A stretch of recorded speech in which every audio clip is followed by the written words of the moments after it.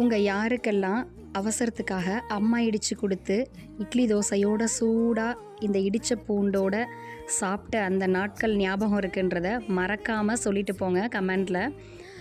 இது வந்து டக்குன்னு செஞ்சுருவாங்க. வெளியில் எங்கேயாவது போயிட்டு வராங்க, இல்லை அப்போல்லாம் வந்து 90s 80s கிட்ஸோட அந்த டைம்லலாம் வந்து வெளியிலலாம் போயிட்டு ட்ரெஸ் எடுத்துகிட்டு வர போகிறோம் தீபாவளி பொங்கலுக்குன்னா, இல்லை வெளியில் எங்கேயாவது போகிறோம் வரோம் அப்படின்னா வீட்டுக்கு வந்த உடனே வந்து இந்த இடித்த பூண்டோட தான் இட்லி தோசையோ எதையோ ஒன்று ஊற்றி அம்மா கொடுப்பாங்க, நம்மளாம் சாப்பிடுவோம்.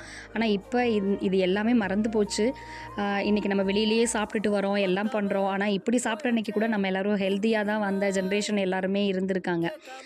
இதில் இது எத்தனை பேருக்கு உங்கள் அம்மாவை ஞாபகப்படுத்துது அப்படின்றத மறக்காமல் கமெண்ட்டில் சொல்லுங்கள். நீங்கள் அதை சாப்பிட்ருக்கீங்கன்னா கண்டிப்பாக மறக்காமல் லைக் பண்ணி கமெண்ட்டில் சொல்லிட்டு போங்க. நிறைய பேரோட நினைவுகள் இது.